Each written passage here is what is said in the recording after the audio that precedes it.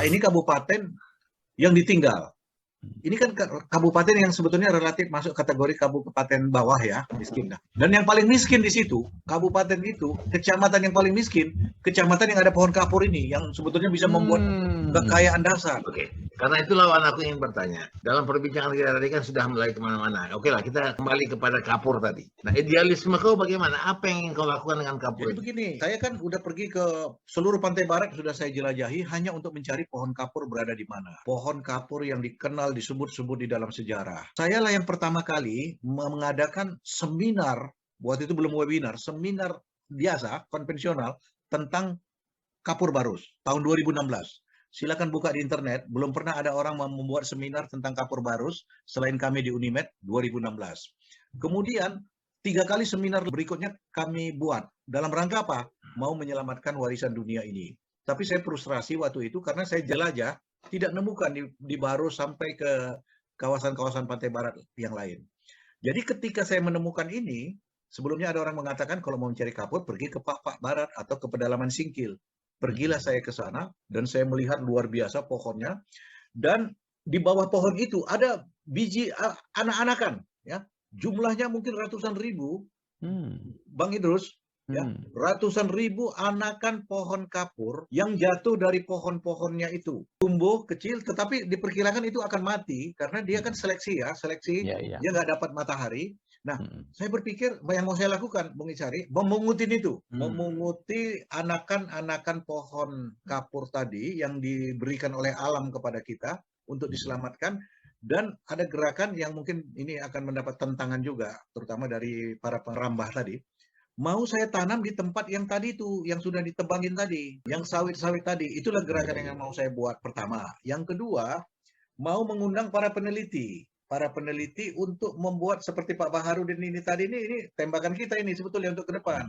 Ya kan? Makanya senang sekali saya tadi ketika Pak Baharudin nanya-nanya berapa kilometer ke sana. Ini kan tinggal kapan kita bawa aja ke sana ini Pak Baharudin kan. Awak ikut Itu lah ya. maksudnya. Awak ikut lah. Ikut ya. Nah, kami dibantu oleh Pak Mursyid Solin sudah mendapatkan lahan bekas garapan, bekas yang ditumbang-tumbangkan itu untuk membuat pondok. Bang Isa ngelibatkan orang-orang pertanian nggak? Karena saya lihat tadi kita masih mencari-cari bentuk pengembangan. Orang pertanian nggak ada yang tertarik. Pasti karena saya bergerak juga dari orang kehutanan, Pak. Ya, orang kehutanan. Pak Ikhwan, mohon maaf, banyak webinar kami ini nanti boleh diputar rekamannya. Saya meneliti tentang durian. Mana orang pertanian usul yang tertarik meneliti itu? Gitu ya. Atau salak Cilimpuan. Atau apalagi orang hutan Tapanuli. Mana? Itu nggak usah tersinggung. Ini sebenarnya untuk mengajak teman-teman lembaga penelitian. Ini saya hebatnya orang Pak Ikhwan ini justru Unimed yang care kepada penelitian. Makanya saya bilang tadi sampai Ikhwan punya usaha mengumpulkan anakan-anakan atau yang tumbuh dari itu kan bidang pertanian, dia kan sejarah. Jadi Unimed ini yang banyak penelitian. Saya senang Pak Ikhwan ini, makanya catatan pertama saya coba lihat nih Pak Ishari. Orang pintar, kita harus undang nih. Walaupun dia bidangnya lain lagi nanti kalau hal farmasi, obat-obatan, bahan-bahan ya saya lah lebih tahu. Tapi untuk itu memang dia sudah peneliti. Nah, kelemahan kita di Sumut, ini orang suarakan ini Pak Ikhwan, penelitian amat lemah, termasuk lembaga-lembaga yang kita harapkan meneliti, seperti USU, universitas-universitas lain. Berapa perguruan tinggi di situ? Jadi saya akan mengajak ini, mengundang Pak Bahar, Pak Idrus untuk langsung ke sana, kita semua. Ada pondok, mudah-mudahan Agustus selesai pondoknya. Di mana itu? Di tengah-tengah hutan kapur ini tadi. Ya. Tapi di lahan yang sudah digarap warga, itu kita bebaskan, kembalikan. Ada 2 hektar mau kita tanamin pohon kapur. Yang bibitnya kita ambil dari sana, kita akan libatkan orang-orang pertanian, orang-orang kehutanan. Kemudian akan dijadikan galeri sejarah di situ, galeri sejarah kapur. Pemerintah Sumut juga ajak. Ya, tapi kalau pemerintah saya agak kurang sur dengan pemerintah ini banyak. Justru kami menghindari pemerintah ya, Bang Bar. Nanti belakangan aja lah mereka datang ya. Nanti Bapak datang. Udah jadi ya, udah jadi. Awal-awal gini, recok sekali mereka. Kalau sudah jadi. Ribut sekali pemerintah. Jadi waktu itu Ah. saya bilang sama Bung Musito Solin, dia kan wakil bupati. Saya bilang, pemerintah jangan ikut dulu lah, saya bilang. Iya. Sekarang mana komunitas? Sekarang menurut peraturan, Pak Iwan, tolong bisikin. Nanti pemerintah menjualnya aja. Kalau dari daerah ke Sumut, kalau dari Iya. Medan ke Jakarta gitu aja. ya. Iya. Karena kalau sempat diproyekkan mereka ini, ya kan, kita tahu sendiri ya kan. Jadi saya bilang sama Pak Musito Solin, kami mau komunitas yang masuk.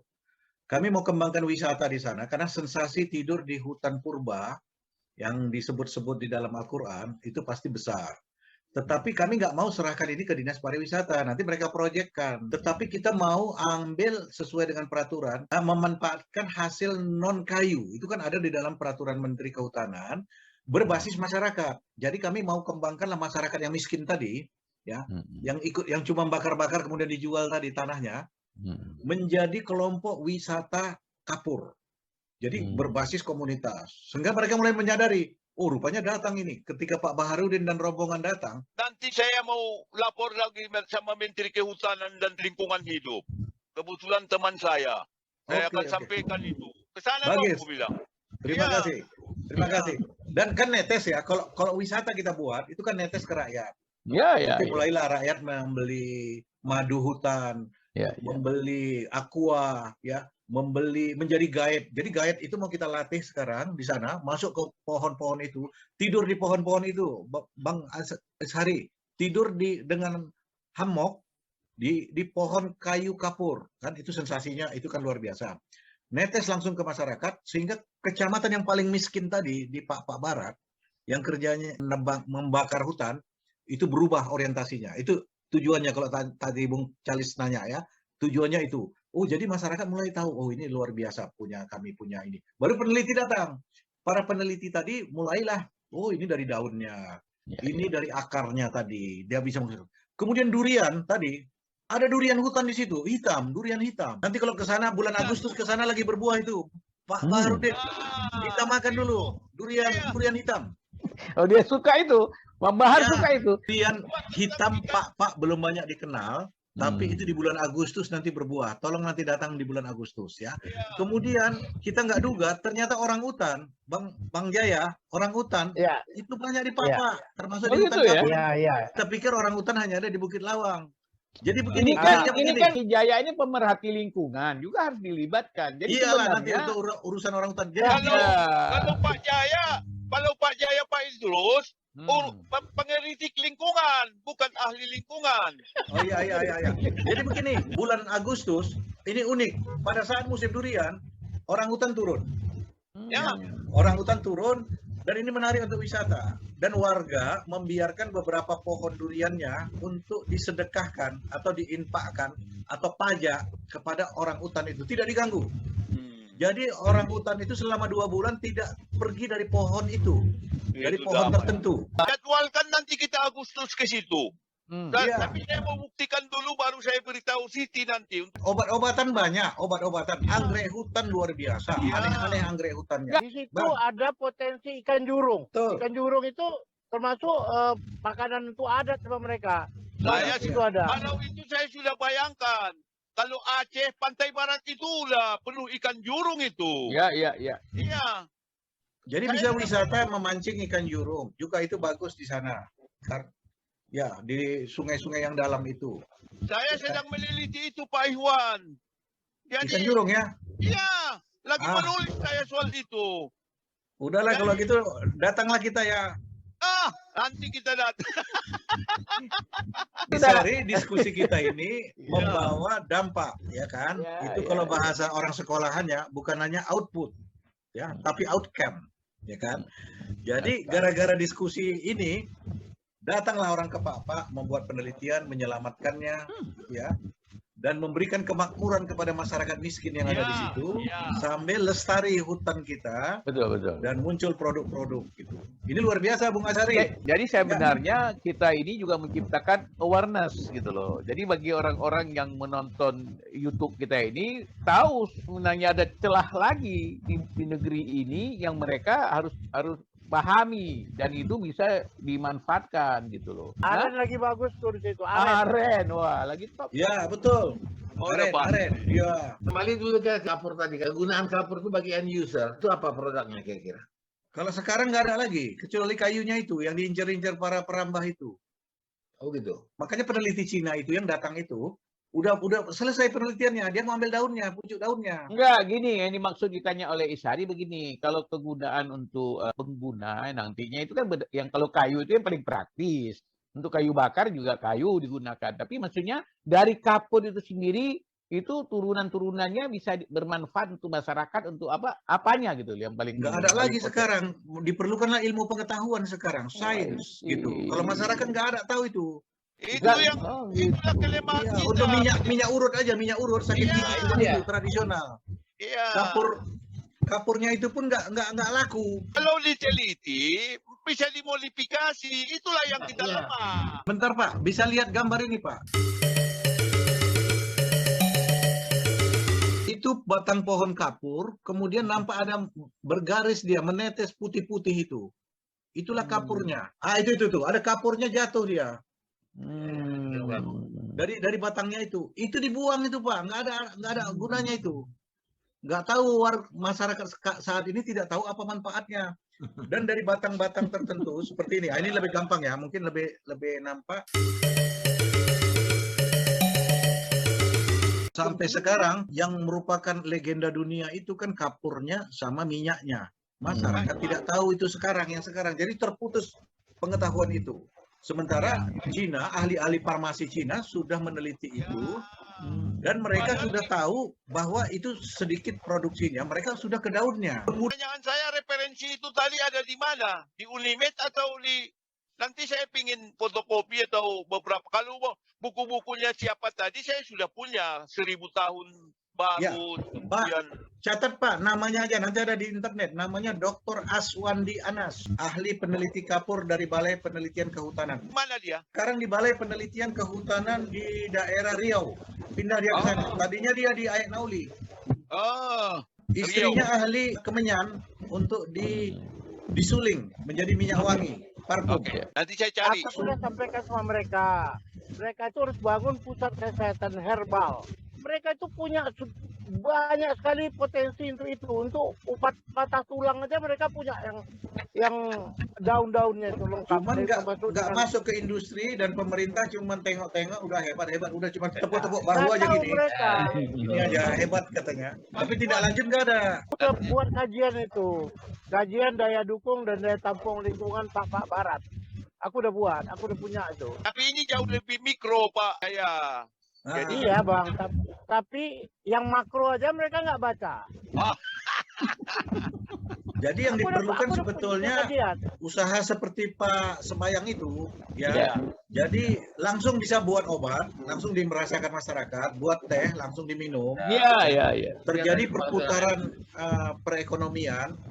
Jadi Bapak itu juga mendorong masyarakat untuk mengolah teh itu. Benar. Nanti pabrik hanya mengemas, memasarkan. Itu yang aku tanya tadi, Wan. Apa kegunaannya bagi end user? Misalnya, apakah dia berupa liquid yang bisa mengobati, bisa dikonsumsi? Produknya kemana? Ujung-ujungnya kemana? Bagi kemaslahatan masyarakat. Ya, tahap pertama yang jelas-jelas yang bisa langsung dipakai itu wisata. Ya, Oke. wisata, ya kan? Orang mau tahu seperti apa pohon kapur. Itu dampaknya kepada masyarakat luar biasa, pariwisata. Ya kan? Akan muncullah homestay. Kita bayangkanlah Bukit Lawang itu kalau tidak ada wisata, ya kan? Cuman apa yang ada di situ. Jadi kalau ini nanti akan dibuat wisata itu langsung. Nanti penelitian tadi itu lanjutannya. Kalau kami jangka pendek ini adalah wisata. Membawa orang melihat, mengagumi satu warisan dunia. Itu dulu yang pertama. Ya. Tetapi ketika mereka jalan-jalan ke situ, ada madu hutan, ada durian hitam, ada ikan jurung. Kan otomatis itu ya. Nanti penelitian ikan jurung yang Pak Baharudin nanti itu menyusul. Ya kan? Tapi di tahun ini kita udah datangkan itu dan kita buatkanlah pondok untuk Pak Baharudin. Ya kan? Dan timnya. Ya kan? Kemudian di situ juga ada sensasi lain. Harimau masih ada. Alhamdulillah. Dari mana tahu harimau masih ada? Masih ada kambing hutan sama satwa-satwa lain yang makanan harimau yang populasinya masih lumayan. Kalau itu nggak ada, itu harimaunya akan masuk kampung, akan merekam wisatawan misalnya. Jadi itu masih ada. Kemudian ada masih banyak ya ular besar-besar gitu ya. Itu kan termasuk sensasi untuk tinggal di hutan belantara ya, tapi ada jalan mobil ke situ. Jadi itu yang duluan Bung Ishari, yang kita jual yang berdampak kepada masyarakat itu adalah wisata hutan kapur warisan dunia. Bersamaan juga bisa dengan peneliti, tapi peneliti kan hasilnya apa? Baru marketing yang ditanya Pak Jaya tadi. Ya kan, menjualnya bagaimana gitu. Itu tahap berikutnya. Ini udah betul banget tuh langkah-langkah yang dibuat Pak Ikhwan ini. Harapan kita justru disambut peneliti lain, kan itu kemudian. Termasuk di perguruan tinggi yang lain atau lembaga ilmiah lain. Jangan kemudian, atau Pemda. Ya, karena itu memang ya bagaimanapun kita berterima kasih langkah yang mereka lakukan. Oke, Bang Halis, gimana kembali ke Abang dulu? Jadi apa yang kita bahas ini hari kan sudah cukup menarik ya, menurut aku ya. Karena kita membahas tentang warisan dunia kan begitu ya. Yang ada justru di dekat kita, lebih itu Papua Barat. Itu gitu ya, terima kasih sekali semuanya. Yep. Kita jumpa lain waktu, Iwan. Sehat-sehat. Sehat, sama-sama. Saya tunggu kalau ke Medan kita berangkat ke hutan kapur. Oke. Sip. Ya. Assalamualaikum warahmatullahi wabarakatuh. Waalaikumsalam. Waalaikumsalam warahmatullahi wabarakatuh.